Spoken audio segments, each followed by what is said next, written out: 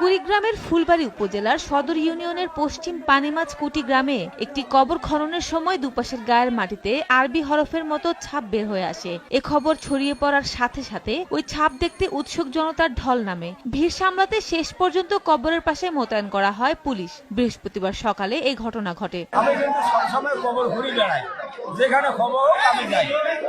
কারণ 2 সাল পড়ার পর আমি ওই নাম্বারটা ভাষা দিলাম, দেখে একজনরা বললাম যে দেখো তো নাম্বারটা কি, দেখে তা আরবি লেখা, আমার তো করতে পারি না। পরে ওই আবার খুঁজতেছি 2 পাখায় নাম্বার আবার ভাসি উঠবে। কারণ যতই ঘুরি অতই নাম্বার ভাসে, যতই ঘুরি অতই নাম্বার ভাসতেছে। পানিমাছ কুটিতে এক ভাই ইন্তেকাল করেছেন। ওনার কবর ঘুরতে গিয়া দেখা গেল যে কবরের পশ্চিম সাইডে ইয়াসিন শব্দটি, ইয়াসিন 2টি অক্ষর ভাসি উঠতেছিল। আমি এখানে এসেই নিজের চোখে দেখতেছি হাজার হাজার লোক দেখতেছে। তো আমি যে হরফগুলো দেখলাম ইয়াসিন, এটা স্পষ্ট বোঝা যাচ্ছে এবং পরবর্তীতে আরো অনেক হরফ দেখা যাচ্ছে। ইয়াসিন সুরিয়ানো তো আমার হাউস বাড়ি থেকে ফোন করিয়েছে, ইয়াসিন সুরিয়ানো অপরাধ ফাঁসিছে, আমি শুনিয়ে আপনাকে ভাড়া করে আসি।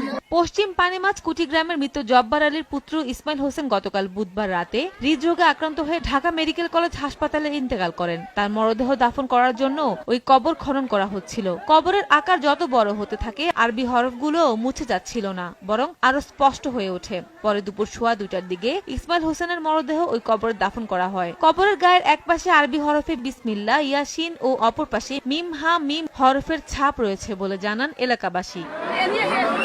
সময় সংবাদ, কুড়িগ্রাম।